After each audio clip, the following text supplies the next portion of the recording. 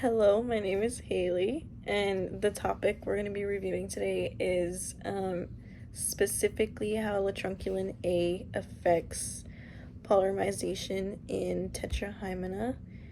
Okay, so the first citation we're going to go over is the newspaper article. That one would be from Science News, which was published on October 12th of 1996, and its title is The Protozoan Machinery Grinds Parental Genes. Its sponsor is the Science News article, so it doesn't have a specific author, but it is not revised and it's not outdated. It is outdated. It is currently a little outdated because it was in 1996, which is almost 2 decades away. It is related to my topic because it does talk about just the protozoan machinery, which is specifically involving Tetrahymena. And its intended audience is anyone that is interested in biology, microorganisms, and the Tetrahymena protozoa, specifically their parental genes.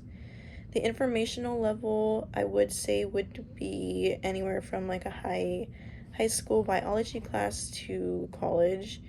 And then next on the CRAP test would be the publisher sponsor, like I said, was the Science News, with no specific author. But it does look like it does have a lot of contributions as well as other cited sources from different papers.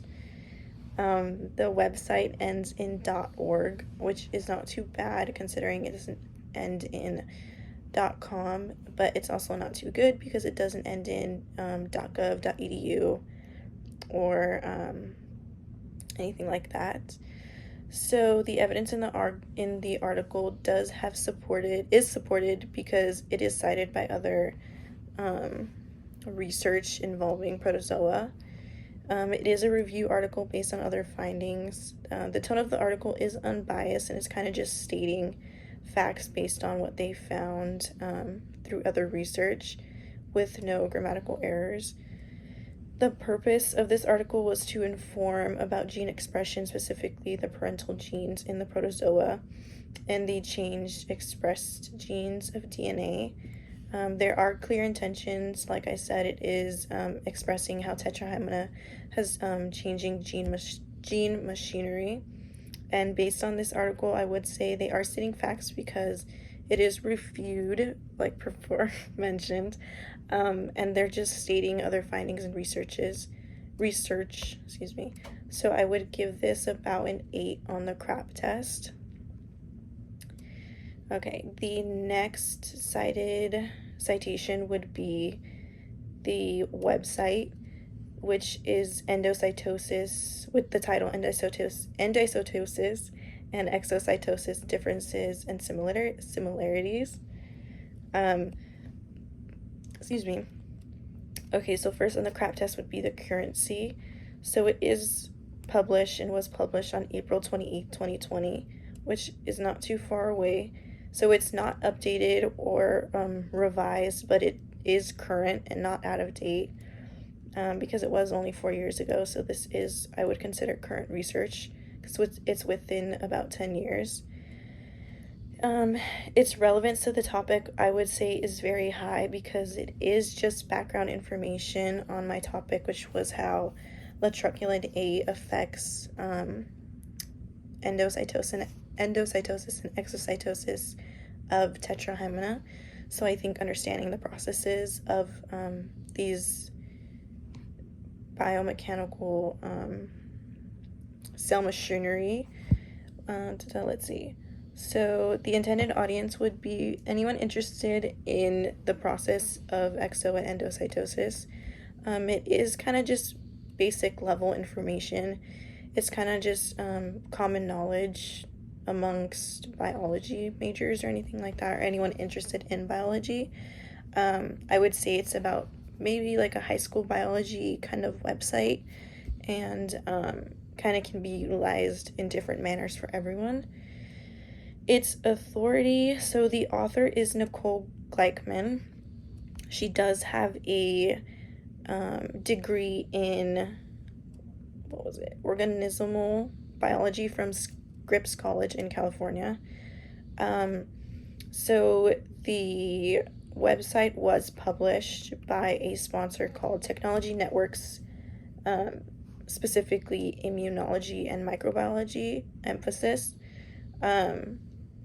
So the URL was ending in .com, so I would say be a little weary of this information for my topic at least, because it doesn't look like it could be changed or anything like that, but also it is not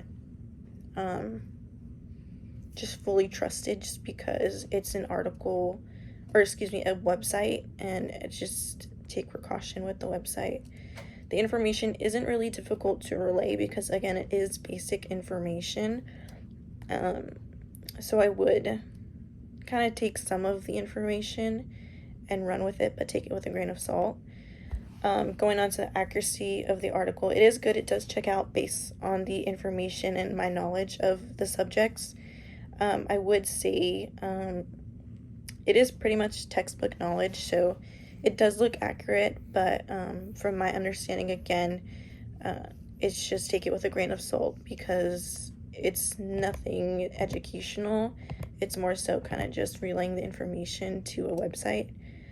The language and tone is passive, so it doesn't seem to be any biased or anything like that, and it does not have any grammatical errors. Again, the purpose of this article is just kind of to relay the process of endo and exocytosis with the occurrence of in a cell, not specifically to tetrahymena, but more so just background information. Like I said, it is kind of just common knowledge in the biology world. Once you learn it and kind of just get pretty familiar with it. The information is impartial, so it has no biases or anything like that based on political ideologies, culture, or religion. So on the CRAP test, I would say this is probably about like an 8.5. Again, I would take caution because it is a website. So going on to the journal article, this was by Morton, Askoff, and McLaughlin. So it was published May 12th of 2000, so that was 24 years ago. 24 years ago. It has been updated since, more specifically just background information, nothing about the research itself. I would say this is probably getting closer to the outdated side of the currency for the CRAP test, because it has been 24 years, and I think it can be updated or revised based on the research itself. However, the relevance to my topic is pretty relevant because it does specifically talk about effects of latrunculin A on polymerization for cell processes of exo and endocytosis. So I would say it is a pretty important research topic because it was one of the only ones I could find on latrunculin A effects of polymerization and actin monomers and everything like that.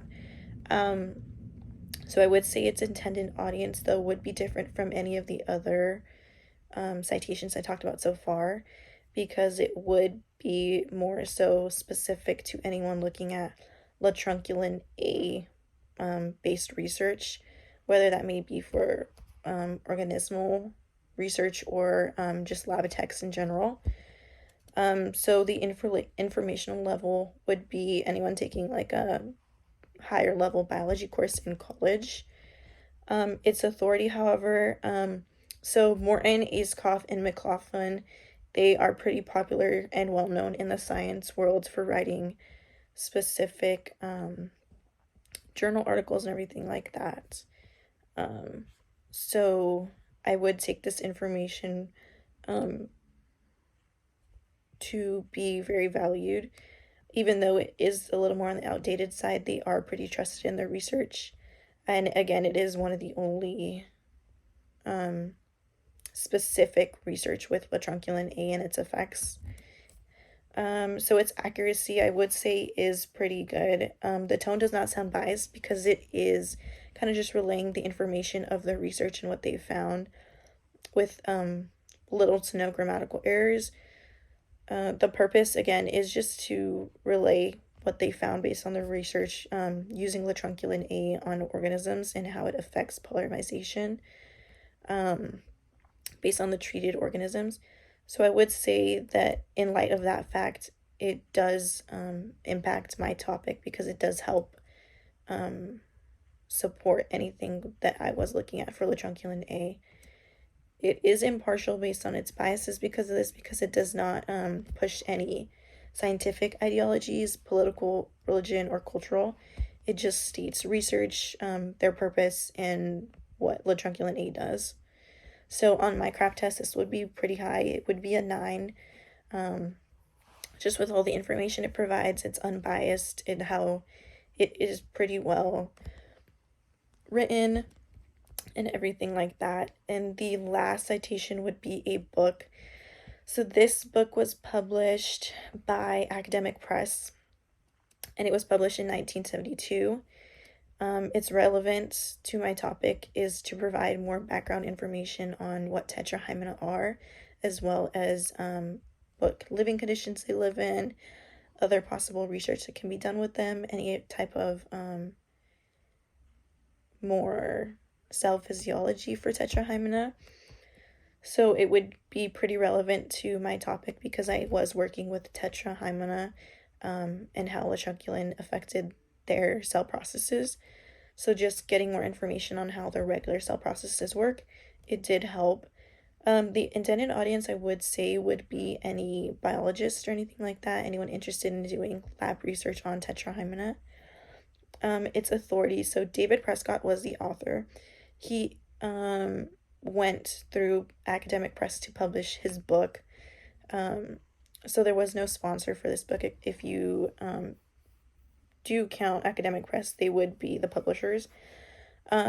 David Prescott is very well known in the science community because he did publish other scientific research and articles that were pretty well successful amongst microbiologists, biologists in the science world. So I would say his credentials are pretty high in the science community because he did contribute to many scientific ideologies and everything like that throughout his career. So I would say the accuracy of this book is still pretty accurate because it's just basic information on what tetrahymena are, their processes, cell physiology, and everything like that. So that really hasn't changed, or as far as when I looked and talked to other teachers, it still holds pretty true. The purpose was just kind of to give information to people about what tetrahymena were, their processes, cell physiology, what kind of microorganisms they were, where they live, and everything like that. So its purpose was pretty clear based on just providing information to the general public or anyone interested in looking at tetrahymena.